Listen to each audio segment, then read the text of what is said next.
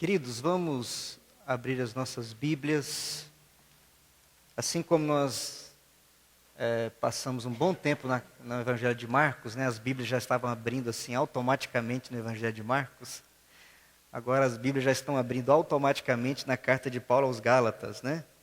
Já estamos aí alguns domingos conversando nesta carta, que é uma carta tão preciosa, de Paulo às igrejas da Galácia. Hoje nós vamos iniciar, queridos, o capítulo 3.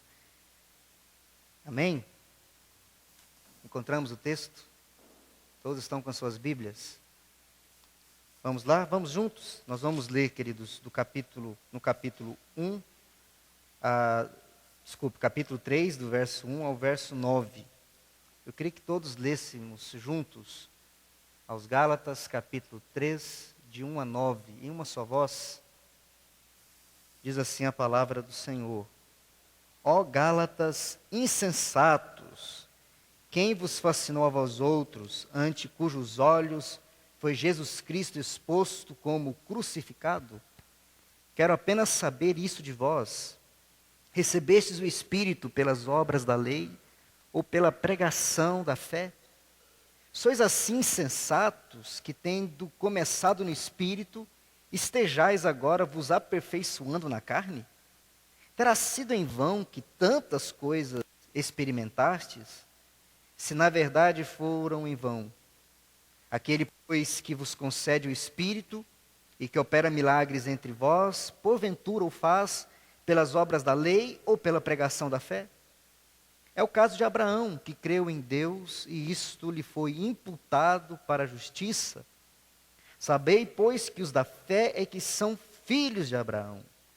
Ora, tendo a Escritura previsto que Deus justificaria pela fé os gentios, pré-anunciou o Evangelho a Abraão: em ti serão abençoados todos os povos. De modo que os da fé são abençoados com o crente Abraão. Amém? Deixa a sua Bíblia aberta. Vamos orar mais uma vez. Bondoso Senhor, esta é a tua palavra, e a tua palavra não necessita de acréscimo humano, tampouco de sabedoria humana. Tua palavra é suficientemente poderosa para realizar em nossos corações a tua vontade, que é sempre boa, agradável e perfeita. Pedimos-te, Senhor, que não haja nenhum entulho no nosso coração, não haja nenhum obstáculo ao nosso entendimento, para que possamos compreender a tua palavra.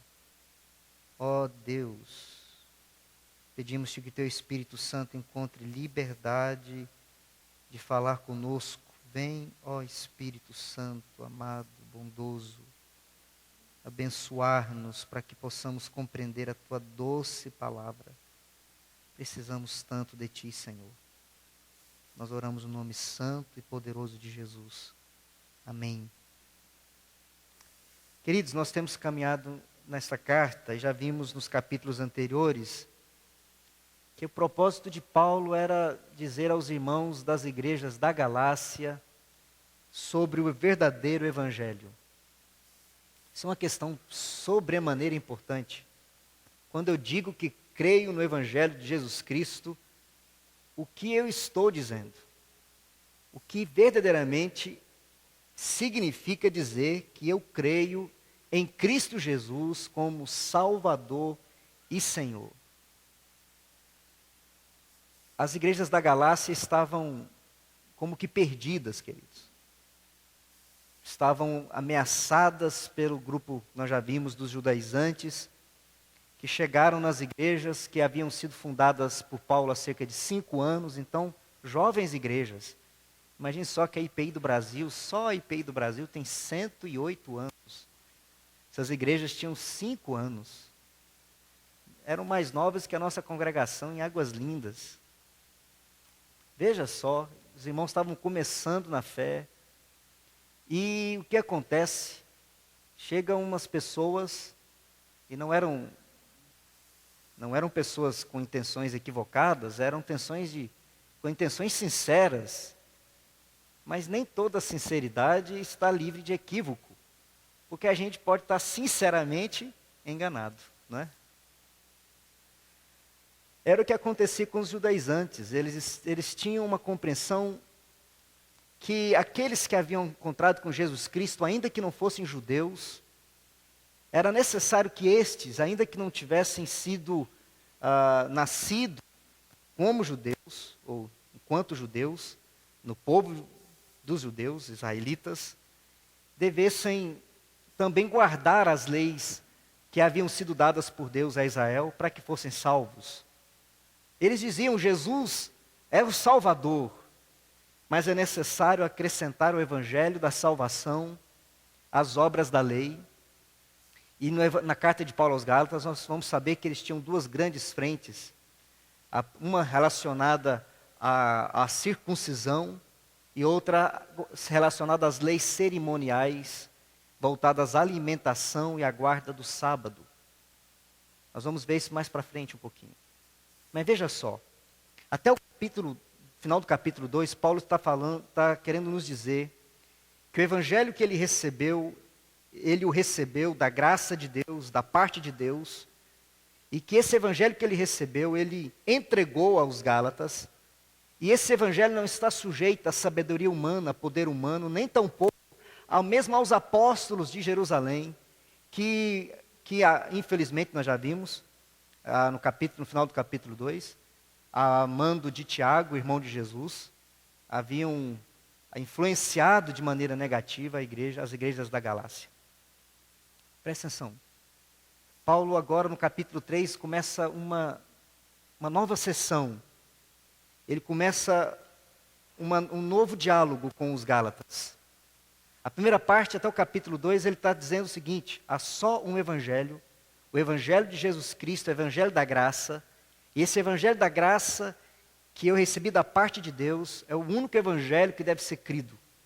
Esse evangelho não está sujeito aos homens, não está sujeito nem a mim, a Paulo, nem a Pedro como apóstolo, nem tampouco aos judaizantes. Esse evangelho de Deus é o evangelho da graça e somente ele é o evangelho salvador.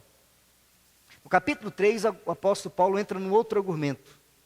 E eu entendo, queridos, que o apóstolo Paulo entra num outro argumento porque esta era a segunda acusação que ele tinha que se defender. Veja só, a primeira acusação do primeiro e segundo capítulo era o seguinte: que as pessoas que estavam sorrateiramente entrando nas igrejas da Galácia estavam dizendo que Paulo pregava um evangelho pela metade.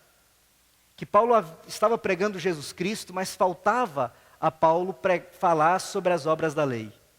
Então o evangelho pela metade. Paulo responde no primeiro e segundo capítulo que esse evangelho que ele tinha dado às igrejas da Galácia era o verdadeiro evangelho, o evangelho da parte de Deus, e que esse evangelho não necessitaria de nenhum acréscimo. Pelo contrário, qualquer acréscimo da lei a esse evangelho é uma negação do próprio senhorio de Jesus Cristo.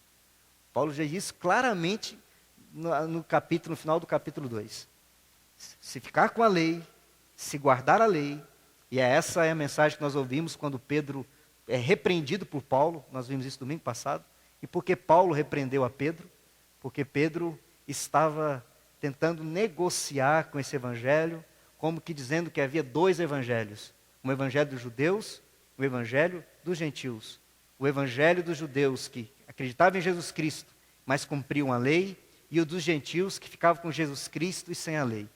Paulo percebeu que isso era um perigo para o cristianismo, para a fé cristã, e disse: não é possível nós termos uma igreja de Jesus Cristo com dois evangelhos. Porque a igreja de Jesus Cristo não é uma igreja dos que têm Jesus e guardam a lei, e dos que têm Jesus e não guardam a lei, como se fosse uma subcategoria. Capítulo 3, que nós lemos aqui, Paulo entra no outro argumento que eu penso que é a defesa a uma outra denúncia. A segunda denúncia, ou o segundo fato, que Paulo talvez tenha sido acusado entre os Gálatas, é que aqueles judaizantes chegaram lá para os da Galácia e disseram o seguinte: ora, o verdadeiro evangelho é o evangelho que nos torna filhos de Abraão. E os filhos de Abraão são os filhos da circuncisão. Porque Abraão foi circuncidado. E porque Abraão foi circuncidado, também todos aqueles que abraçam a fé prometida a Abraão também têm que ser circuncidados. Esse é um argumento fortíssimo que os judaizantes talvez tenham utilizado nas igrejas da Galácia, e Paulo aqui nesse texto vai nos dizer sobre isso. Veja como começa o texto. O versículo 1 do capítulo 3 diz assim, se os irmãos leram aí e prestaram atenção, ele começa dizendo assim: ó Gálatas insensatos. Mas ninguém gosta de ser chamado de insensato. Ninguém, não é? Falta você razão, falta você razoabilidade, falta você compreensão. Ninguém gosta disso, querido. Ninguém. Mas há momentos na sua vida, eu queria que você se lembrasse disso, em que quando alguém te disse, você não está pensando bem, raciocinando bem, não está sendo razoável, e aquilo para a sua vida foi importante. Eu estava pensando na minha própria vida. Algumas vezes na minha vida eu ter sido chamado de insensato me fez parar para pensar e não cometer os erros que cometia. Isso serve para todos nós. Paulo está aqui com o coração de pastor, amoroso. Não é o pastor de alguém que está irritado, brigando. Está dizendo, ó insensatos. A Bíblia diz sobre insensatez. Jesus terminou o seu Sermão do Monte, capítulo 7, versículos 21. Jesus vai falar sobre aquele que edifica a casa sobre a areia. Ele diz assim: assim é como aquele homem que foi insensato, ou tendo sido insensato, que não ouviu essas palavras. Assim é aquele insensato que construiu a sua casa sobre a areia. Jesus chamou os seus discípulos de insensatos muitas vezes. Oh, vocês não compreendem isso. Vocês não compreenderam isso. Vocês não entenderam o que eu disse. E todas as vezes que Jesus usa essa palavra para os discípulos, ele está usando a mesma palavra que Paulo usa aqui. Insensatez. Incapacidade de compreender, de assimilar, isso que nos torna insanos num comportamento, irracionais num comportamento. E por que Paulo chamou os irmãos lá da Galácia de insensatos? Veja só o que está no texto. Ele diz assim, versículo, após a pronta exclamação que está na sua Bíblia, quem vos fascinou? É muito interessante que Paulo faz uma pergunta retórica, né? Quem vos fascinou a vós outros? A palavra que Paulo usa para fascinar aqui é quem vos enfeitiçou. Veja só, quem é que vos ludibriou com feitiço? Paulo sabia muito bem quem, ele está fazendo pergunta retórica. Porque nós já sabemos do texto quem são esses que estão ludibriando e enganando as igrejas da Galácia. Mas Paulo faz uma pergunta retórica. E diz assim, quem é que vos fascinou os olhos para que vocês passassem a acreditar numa fantasia, enquanto Cristo Jesus foi crucificado, foi exposto diante dos seus olhos? Veja que Paulo está construindo uma construção extremamente interessante. Ele está dizendo assim, os vossos olhos foram como que fantasiados para acreditar numa coisa absurda, irracional, incompreensível, insana, enquanto Jesus Cristo, crucificado na cruz, foi exposto diante dos vossos olhos. O que Paulo está querendo dizer? A realidade da cruz de Cristo não nos pode deixar ser enganados por qualquer outra coisa que venha de alguma maneira tornar a mensagem de Cristo ofuscada. Qualquer coisa que ofusque a cruz de Cristo, que torne a cruz de Cristo menor, que torne a cruz de Cristo secundária, é um engano, é uma insanidade, é uma mentira de Satanás. Ora, é muito forte isso que eu acabei de dizer, mas é exatamente isso. A proposta do diabo não é que você não creia, mas é que você não crê em tudo.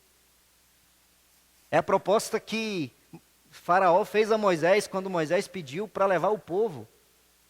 E Moisés diz assim, deixa eu levar o povo para oferecer sacrifícios ao meu Senhor. E Faraó disse para Moisés, pode ir, mas não vá